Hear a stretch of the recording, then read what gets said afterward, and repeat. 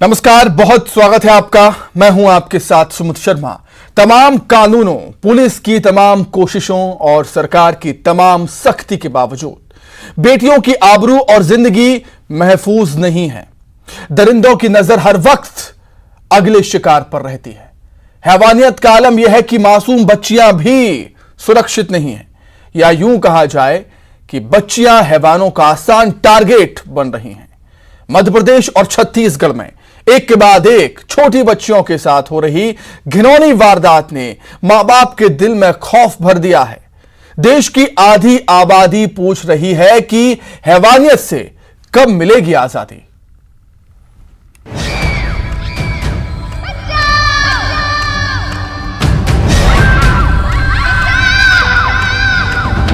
पूछ रही है देश की आधी आबादी, हैवानियत से कब मिलेगी आजादी।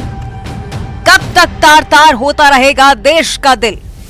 कब तक छत्तीसगढ़ महतारी अपनी बेटियों के दर्द पर आंसू बहाएगी। बेटियों से हैवानियत का जख्म देश के दिल का नासूर बनता जा रहा है। शहर, गांव, कस्बा, टोला, मजरा, कहीं भी बेटियां महफूज नहीं। हर माँ बाप इस खौफ में जीने को मजबूर है कि कहीं उसकी छोटी चिरैया को किसी हैवान की नजर न लग जाए।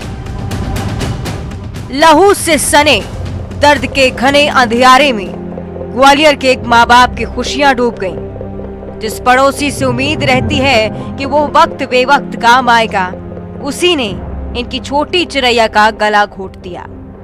पड़ोसी ने 7 साल की बच्ची को अगवा किया, उसके साथ बलात्कार किया और फिर कत्ल कर लाश को खेत में फेंक दिया।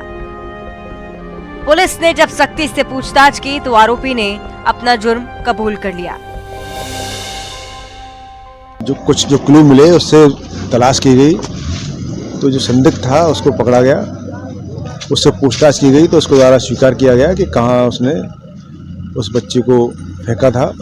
मतलब ये जांच, अभी तक की जो जांच हुई है उससे स्पष्ट है कि रेप एंड मर्डर का मामला है। टीकमगढ़ में भी एक मासूम बच्ची दरिंदगी का शिकार बनी। 50 साल के एक आदमी ने 5 रुपए का लालच देकर बच्ची को अपने घर में बुलाया। इस दरिंदे ने 5 साल की बच्ची का बलात्कार किया। गंभीरता से लेते हुए टीम गठित की गई। टीम जतारा पुलिस के द्वारा आरोपी को दिनांक 6/2/23 के रात्रि 10 बजे हिंगलाज मंदिर घूरा ग्राम में जो पड़ता है वहां से गिरफ्तार किया गया है, जिसको गिरफ्तार कर माननीय न्यायालय पेश किया जा रहा है। वहीं छत्तीसगढ़ के कवर्धा में 4 साल की मासूम से रेप की घिनौनी वारदात सामने आई है। 4 साल की बच्ची के साथ रेप उसके स्कूल के बस कंडक्टर ने किया। पुलिस ने आरोपी को गिरफ्तार कर लिया है, लेकिन इस वारदात ने लोगों में अपनी बेटियों की सुरक्षा को लेकर खौफ पैदा कर दिया है। लोगों में काफी गुस्सा है। आरोपी को फांसी की सजा देने की मांग की जा रही है। स्कूल पर भी एक्शन की मांग की जा रही है। द्वारा मेडिकल कराया गया। मेडिकल में उसके साथ में सेक्सुअल असॉल्ट का होना पाया गया है। इस घटनाक्रम पर थाना कोतवाली में धारा 376 काखा और 6 पॉक्सो के तहत में अपराध पंजीबद्ध करके बेचने में दिया गया। चंद रोज पहले ही ग्वालियर में गैंगरेप का सनसनीखेज मामला भी सामने आया था। एक आदिवासी महिला के साथ कार में गैंगरेप की वारदात को दरिंदों ने अंजाम दिया था। 3 लोगों ने नौकरी दिलाने का झांसा देकर महिला को कार में बिठाया और गैंगरेप किया। गैंगरेप के बाद महिला को जंगल में फेंक दिया। कुछ महीने पहले राजधानी भोपाल के एक लीडिंग प्राइवेट स्कूल की बस में मासूम बच्ची के साथ रेप की घिनौनी वारदात सामने आ चुकी है। स्कूल बस के ड्राइवर और उसकी साथी महिला कर्मचारी को इस मामले में सजा भी मिली है, लेकिन सवाल ये है कि महिला सुरक्षा के लिए कठोर कानून के बावजूद आखिर क्यों बेटियां महफूज नहीं? क्या ये खामी पुलिस की है या फिर समाज के बिगड़ते ताने बाने की? हर मोबाइल पर पॉर्न साइट्स का बढ़ता जाल भी इसकी एक बड़ी वजह माना जा रहा है। लेकिन वजह जो भी हो, आज आधी आबादी पूछ रही है आखिर कब मिलेगी हैवानियत से आजादी। Bureau report, news 18।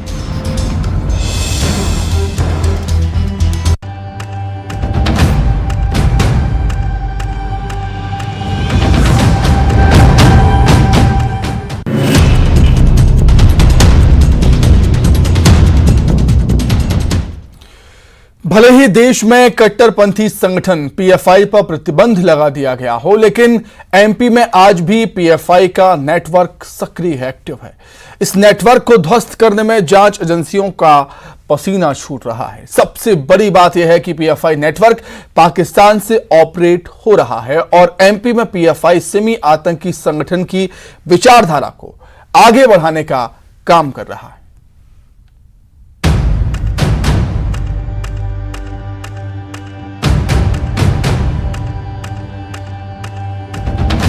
सितंबर 2022 में एमपी के साथ देश भर में एनआईए ने स्टेट की जांच एजेंसियों के साथ दबिश देकर पीएफआई के पदाधिकारियों और सक्रिय सदस्यों को गिरफ्तार किया था। गृह मंत्रालय ने इस संगठन पर 5 साल के लिए प्रतिबंध भी लगाया था। न्यूज 18 को मिली जानकारी के अनुसार इस संगठन पर प्रतिबंध के बावजूद भी एमपी में पीएफआई का नेटवर्क तेजी से फैल रहा है। अभी भी प्रदेश के करीब 25 जिलों में पीएफआई के सदस्य सक्रिय हैं। ये सक्रिय सदस्य आतंकी संगठन सिमी की विचारधारा को आगे बढ़ा रहे हैं। इतना ही नहीं, सूत्रों से मिली जानकारी के अनुसार पीएफआई को पाकिस्तान से ऑपरेट किया जा रहा है। सूफी इस्लामिक बोर्ड के प्रदेश अध्यक्ष एहतेशाम हसन सिद्दीकी का कहना है कि पीएफआई पर बैन होने के बावजूद संगठन एमपी में सक्रिय है। ये संगठन अव्यवस्था फैलाने का काम कर रहा है। उन्होंने दावा किया है कि संगठन को मजबूती देने के लिए फंडिंग भी हो रही है। उन्होंने कहा कि हमारा संगठन संदिग्ध लोगों की सूची बनाकर जल्द संबंधित एजेंसियों को सौंपेगी। सूफी इस्लामिक बोर्ड एक अपने आप में ऐसा ऑर्गेनाइजेशन है जिसने यूपीए के अंदर ऐसे सरकार की तरफ से इंटरवीनर के तौर पे काम किया है। रही बात मध्य प्रदेश की और राजगढ़ जिले की, तो ये बात सही है कि पीएफआई और उसके एजेंट्स जो है अभी भी यहाँ पर व्यवस्थाओं को अव्यवस्थाओं में तब्दील करने में लगे हुए हैं। दबे छुपे ये लोग जो है इनको चार्ट आउट कर लिया गया है। जल्दी इन सब की जो है लिस्ट बनाकर संबंधित अधिकारियों को माननीय गृह मंत्री, मुख्यमंत्री महोदय और केंद्रीय गृह मंत्री को गृह मंत्रालय में इसकी लिस्ट दी जाएगी। और राष्ट्र हित से कोई भी समझौता, राष्ट्र नीति से कोई भी समझौता हम लोग नहीं होने देंगे। Being a responsible Indian Muslim, हम लोगों की ये जिम्मेदारी है कि इन लोगों को हम इनका नकाब पोश, जो भी नकाब इन्होंने पीएफआई का पहन रखा है और सफेद पोश बनना चाह रहे हैं, इनको हम लोग सब यहाँ पर। भले ही देश में कट्टरपंथी संगठन पीएफआई पर प्रतिबंध लगा दिया गया हो, लेकिन एमपी में आज भी पीएफआई का नेटवर्क सक्रिय है। मध्य प्रदेश के 25 जिलों में पीएफआई का नेटवर्क। श्योपुर, बुरहानपुर, इंदौर, उज्जैन, खंडवा जिला हॉटस्पॉट। प्रदेश में पीएफआई के हजारों सक्रिय सदस्य। एक समुदाय के लोगों को भड़काने का काम कर रहा पीएफआई। वहीं एमपी में फैले पीएफआई के नेटवर्क को ट्रैक करने के लिए एटीएस और एटीएफ लगातार कार्रवाई भी कर रही है। बीते कुछ दिनों में 4 से ज्यादा पीएफआई के सदस्यों को गिरफ्तार भी किया गया। साथ ही 100 से ज्यादा संदिग्ध पीएफआई के सदस्यों को नोटिस भेजकर हर दिन बारी बारी से उनसे पूछताछ भी की जा रही है। सिमी आतंकी संगठन पर सालों पहले प्रतिबंध लगा था। इसके बाद भी पीएफआई के साथ जेएमबी, सूफा, आईएसआई, तहरीके पाकिस्तान, आईएसआईएस, अलकायदा समेत कई कट्टरपंथी विचारधारा वाले आतंकी संगठन सक्रिय हैं। सूत्रों के हवाले से मिली जानकारी के अनुसार पकड़े गए आरोपी अब्दुल खालिद के मोबाइल फोन से कई राज निकले हैं। खालिद के मोबाइल में 50 से ज्यादा पाकिस्तानी नंबर मिले हैं। उसका भाई मोहम्मद महमूद भी 6 बार पाकिस्तान जा चुका है। इस मामले में रिटायर्ड डीजीपी आरएलएस यादव का कहना है कि इंटेलिजेंस सिस्टम को मजबूत करने के साथ उसकी शुरुआत थाने में करनी पड़ेगी। ऐसे लोगों को चिन्हित कर उन्हें पहले ही गिरफ्तार कर लिया जाए। पहचान करने की जरूरत है और प्रिवेंटिव एक्शन पहले से ही गिरफ्तारियां करने की जरूरत है। जो पहले इंटेलिजेंस हमारी थी, आज तक जो चल रही है, इससे देश में हम शांति बनाए नहीं रख सकते। तो हमें तो थाने से लेके इंटेलिजेंस ब्यूरो तक, भारत सरकार तक का एक सूत्र जरिया बनाना पड़ेगा, यहाँ की खबर वहाँ तक पहुँचे। और चाणक्य कहता है जिस राज्य की इंटेलिजेंस कमजोर होगी वो राज्य कमजोर हो जाएगा। पीएफआई के सदस्य प्रदेश भर में जगह जगह मीटिंग कर आपत्तिजनक साहित्य बांटने और देश विरोधी गतिविधियों के लिए लोगों को तैयार कर रहे थे। आरोपियों का मकसद एक समुदाय के लोगों, खास तौर से युवाओं को भड़काकर भारत में इस्लामिक शरिया कानून कायम करना था।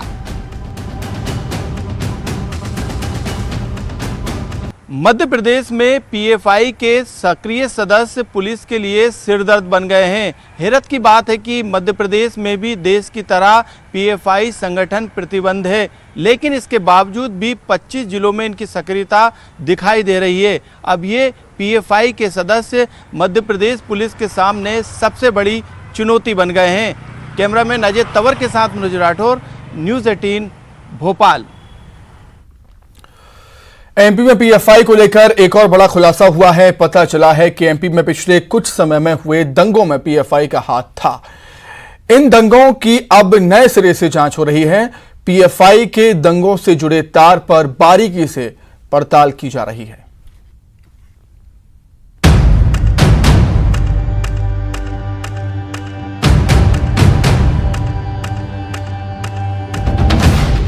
एमपी में पीएफआई को लेकर बड़ा खुलासा।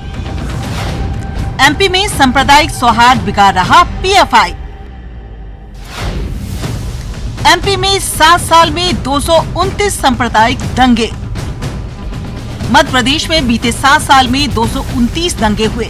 इसके अलावा हाल ही में खरगोन दंगे में भी पीएफआई का नाम सामने आया था, लेकिन अब गिरफ्तार आरोपियों से पूछताछ में कई महत्वपूर्ण इनपुट मिले हैं। सूत्रों ने बताया कि सिर्फ खरगोन ही नहीं बल्कि पिछले 7 साल में जितने भी दंगे हुए हैं उनमें पीएफआई की भूमिका को लेकर नए सिरे से जांच शुरू कर दी गई है। एटीएस पीएफआई के कनेक्शन की बारीकी से जांच कर रही है।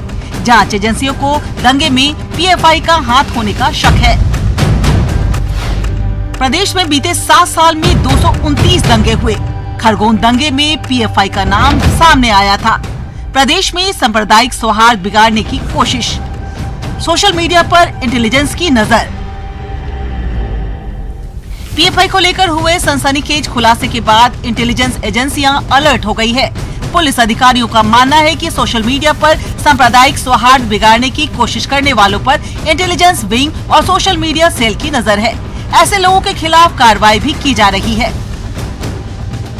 विशेषकर सोशल मीडिया पे मॉनिटरिंग के लिए एक बृहद योजना भी बनाई गई है, जिसमें जो इंटेलिजेंस विंग है वो सोशल मीडिया मॉनिटरिंग करके जो भी व्यक्ति अगर कोई ऐसा पोस्ट उस पर करता है जो भड़काऊ हो या अफवाह के रूप में कोई पोस्ट हो या घटना से पूर्व की घटनाओं से संबंधित कोई ऐसी विवादित बात कही गई हो जिससे सांप्रदायिक सौहार्द बिगड़ सकता है, तो उसके लिए तत्काल कार्रवाई करने के निर्देश इसमें दिए गए हैं। और सोशल मीडिया यूज़ करने से भी ऐसे व्यक्तियों को बैन किया जाएगा अगर कोई भी व्यक्ति इस प्रकार का भड़काऊ या कोई मैसेज सोशल मीडिया के माध्यम से पब्लिक डोमेन में डालता है। प्रोएक्टिव रहकर भी पुलिस कार्रवाई कर रही है। इसमें सभी थाना प्रभारी और डीसीपीज़ के जो सोशल मीडिया मॉनिटरिंग सेल हैं वो भी लगातार नज़र रखे हैं सोशल मीडिया प्लेटफॉर्म्स पे कि अगर कोई भी ऐसा पोस्ट जो होना नहीं चाहिए या भड़काऊ है, अफवाह के रूप में है, तो उसको तत्काल ही हटाने के लिए भी पुलिस एक्टिव है कि उसको सोशल मीडिया के।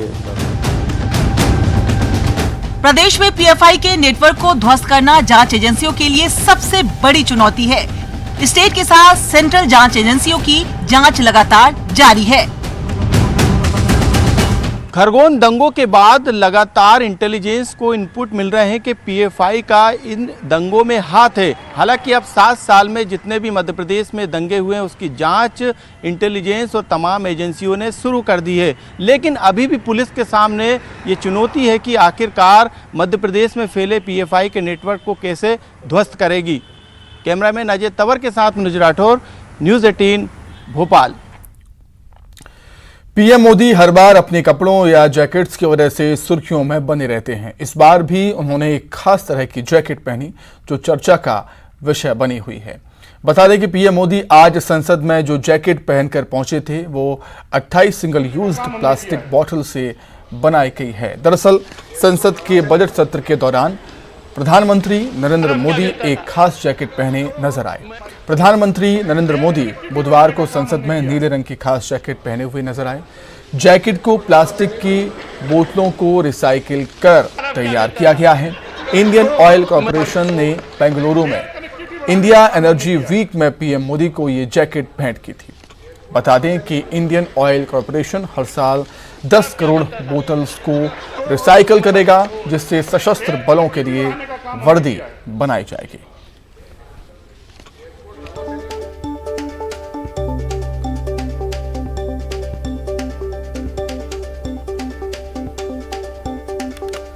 तो पीएम मोदी हर बार अपने कपड़ों या जैकेट्स की वजह से चर्चाओं में रहते हैं, सुर्खियां बटोरते हैं। इस बार भी वो अपनी जैकेट से चर्चाओं में, खास तरह की जैकेट उन्होंने पहनी है जो चर्चा का विषय बनी हुई है। पीएम मोदी आज संसद में जो जैकेट पहनकर पहुंचे थे वो 28 सिंगल यूज्ड प्लास्टिक बॉटल से बनाई गई।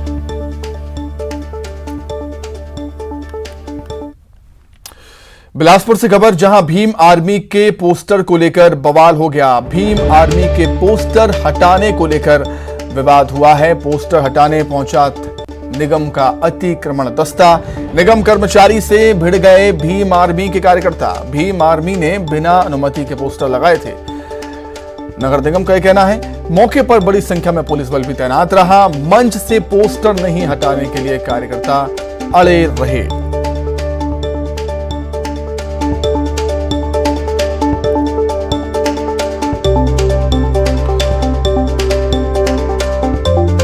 पोस्टर हटाने को लेकर भीम आर्मी के कार्यकर्ता नाराज हो गए और निगम की टीम से भिड़ गए। अधिक जानकारी के लिए हम बातचीत करेंगे। संवाददाता विनोद कुशवाहा जुड़ गए हैं फोन पर। विनोद, निगम कर्मचारी से भीम आर्मी के कार्यकर्ता भिड़ गए और निगम के कर्मचारियों का कहना है कि बिना अनुमति के पोस्टर लगाए थे। निश्चित तौर पर जो भीम आर्मी के द्वारा आज कार्यक्रम आयोजित किया जा रहा था, एक दिवसीय धरना प्रदर्शन का सुमित, उसे लेकर के जो नेहरू चौक, वैसे भी नेहरू चौक जो है वो प्रतिबंधित क्षेत्र है और 144 धारा वहां पर लागू है और किसी भी तरह के धरने प्रदर्शन की अनुमति नहीं है। बावजूद इसके कुछ दलों को कुछ सीमाओं के तहत प्रदर्शन करने की अनुमति भी जिला प्रशासन देता है वहां पर। लेकिन आज जिस तरह से वहां पर टेंट लगाए गए थे, बैनर पोस्टर लगाए गए थे, तो उसी लिहाज से निगम को वहां पर कार्यवाही के लिए भेजा गया था कि उनको हटा दे। और जैसे ही हटाने की कार्यवाही शुरू की निगम ने, उसके बाद भीम आर्मी सेना के जो लोग हैं उनसे उनकी भिड़ंत हो गई और बहुत तूतू में होगी। तीखी नोकझोंक भी हुई, बहस भी हुई काफी देर तक। और इस बात जब निगम ने देखा कि उनसे मामला संभल नहीं रहा है तो जिला प्रशासन और पुलिस प्रशासन को जानकारी दी गई। मौके पर पुलिस का अमला भी बड़ी संख्या में वहां पर पहुंचा।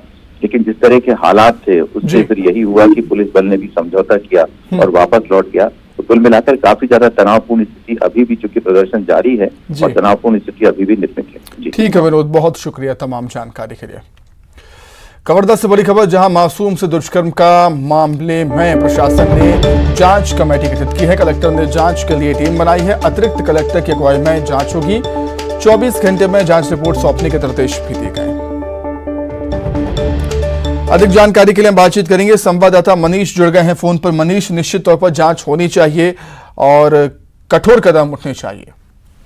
जी बिल्कुल, उसमें जिस तरह से पूरा मामला आया है तब से शासन प्रशासन जो है हरकत में है। हर संभव जो है कार्रवाई की जा रही है। लोगों की मंशा भी जिस तरह से मांगे आ रही है उनके द्वारा, उनके हिसाब से भी जांच टीम बनाई गई है, जिसमें अतिरिक्त कलेक्टर की अगुवाई में जो है महिला बाल विकास अधिकारी हैं, चाइल्ड लाइन के ऑफिसर हैं, शिक्षा विभाग है, ऐसी इनकी अगुवाई में जो है टीम गठित की है, जिनको 24 घंटे के भीतर रिपोर्ट सौंपने की कहा गया है। जो भी बिंदु तय गए हैं जांच की, जो शिकायत आई है, जो चाह रहे हैं, पालक चाह रहे हैं, जो उनके समाज के लोग चाह रहे हैं, वो जो बिंदु है उन सब के आधार पर जो है जांच करके जो है 24 घंटे के भीतर उनको रिपोर्ट सौंपने के बाद जो है आगे की कार्रवाई की जाएगी। इस तरह जिला कलेक्टर जो है उन्होंने बात जो है कही है। समय ठीक है मनीष, बहुत शुक्रिया तमाम जानकारी के लिए।